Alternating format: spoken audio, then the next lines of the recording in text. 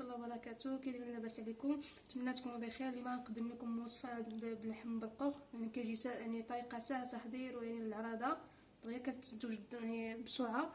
عندكم نقول لكم المقادير اللي عندي وطريقه التحضير. عندي هنا 3 حبات ديال الثومه محكوكه بالطريقه هذه. عندنا هنايا نص كاس ديال الزيت زيتون وزيت مائده مخلطه. عندنا هنايا كيلو تقريبا ديال اللحم المغمي او اللحم اللي بغيتو نتوما اختيار ديالكم.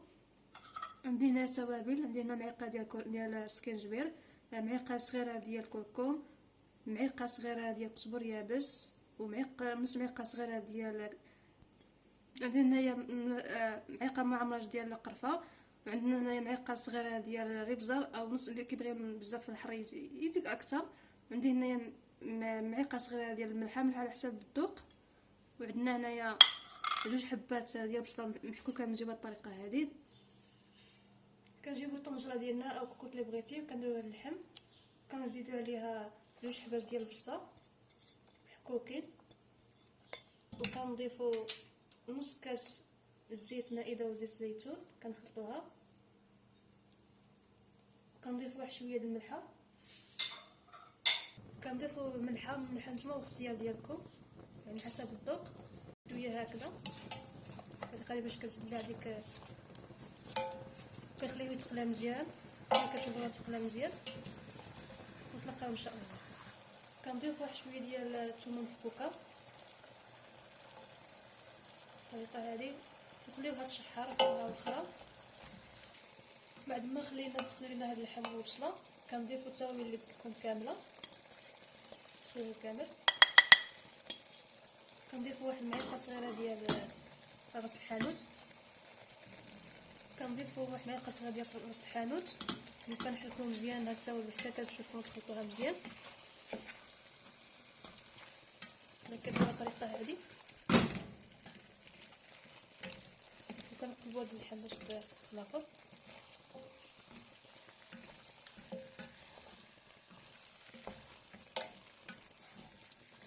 وهاد الوصفه هذه يعني سهله التحضير وكيصلح يعني عراضه الناس.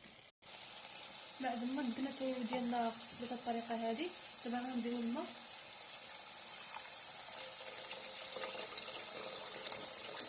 ندير شويه ديال التوابل وكنحركو نشوفو واش الماء دابا كله كتزيدو.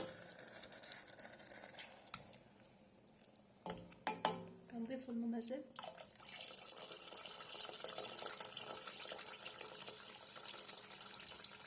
بالطريقه هذه صافي. كتشوفوا يعني الملحه والتوابل خصكم كتزيدوا. دابا غادي نديروا القزبر المعدنوس. بعد ما درنا الماء هنايا في الطنجيه، عندنا هنايا واحد طربطه ديال القزبر تجمعوه بالطريقه هذه، وعندنا هنايا شويه ديال الزبده، وعندنا هنايا العمود ديال القرفه وكنديروها بالطريقه هذه. واللي عنده سميتو درنا القزبر ودرنا زبده ودرنا قرفه، ممكن عندكم السيار واي حاجه عندكم تزيدوها، ما عندكمش ماشي مشكل. دابا غادي نخليها طيب ونوريكم الطريقه ديال البرقوق ديالنا. دابا جبنا مقله ديالنا او كاسرونه اللي بغيتي درنا فيها البرقوق هذا النوع، وكنضيفوا الماء على حسب. انا مثلا نزيد الماء، وكنضيفوا واحد معلقه صغيره ديال الزيت مائده، وكنضيفوا القرفه العمود القرفه، وكنضيفوا كذلك العسل 6 معالق ديال العسل.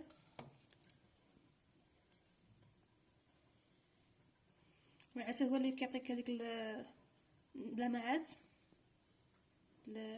البرقوق. ممكن تعوضوها بالسكر نتوما بالسير ديالكم بالطريقه هذه.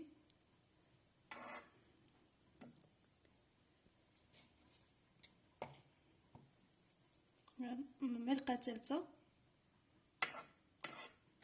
يعني هاد 2 كيسان ديال الماء انا مازال غنزيد، و3 معالق ديال العسل، ومعلقه صغيره ديال الزيت والقرفه، ونديرها فوق النار طيب.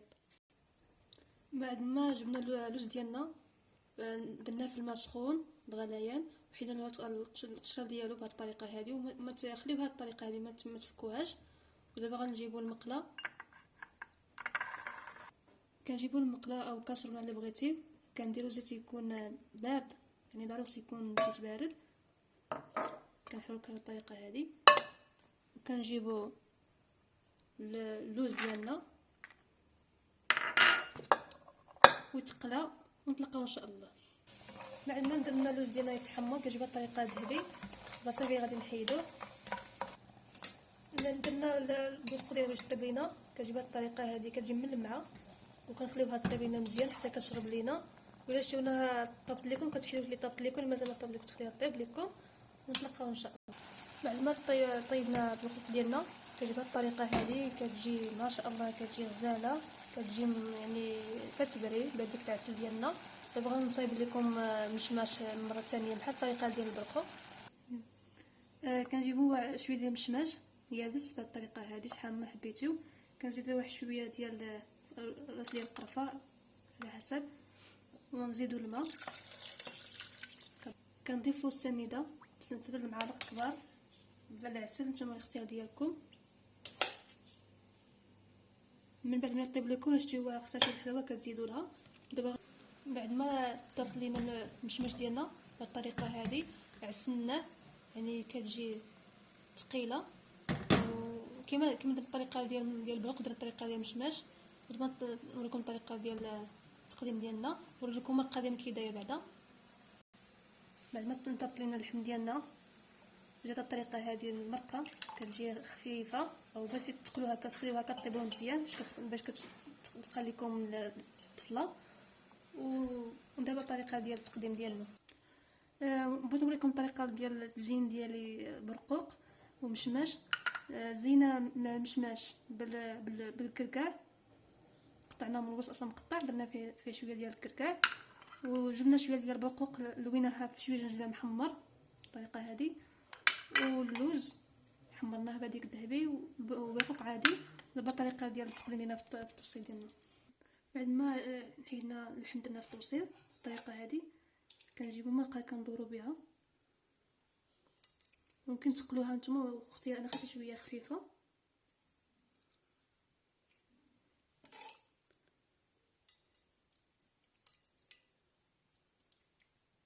نجيبو البرقوق ديالنا كنحطوها في الوسط بالطريقه هذه.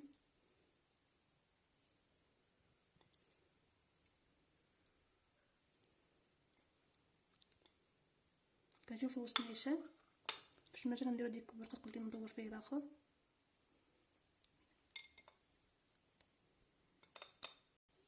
بعد ما دورناها بالبرقوق ديال الجنجلان دابا كنجيبو اللوز كندير من الفوق.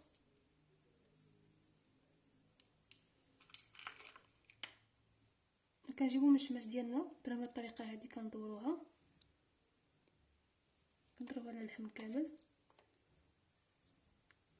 ممكن تعمروها باللوز نتوما باختيار ديالكم.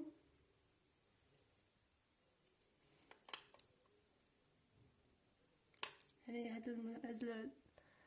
هاد الوصفه يعني ساهله بزاف، ويعني العراضه يعني كتجي هائله وسهله.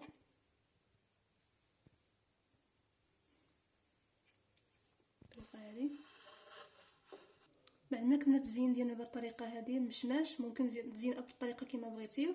وهذه الوصفه ديال العراضه يعني ساهله بزاف، ما فيهاش يعني مقادير بزاف ويعني صعوبه.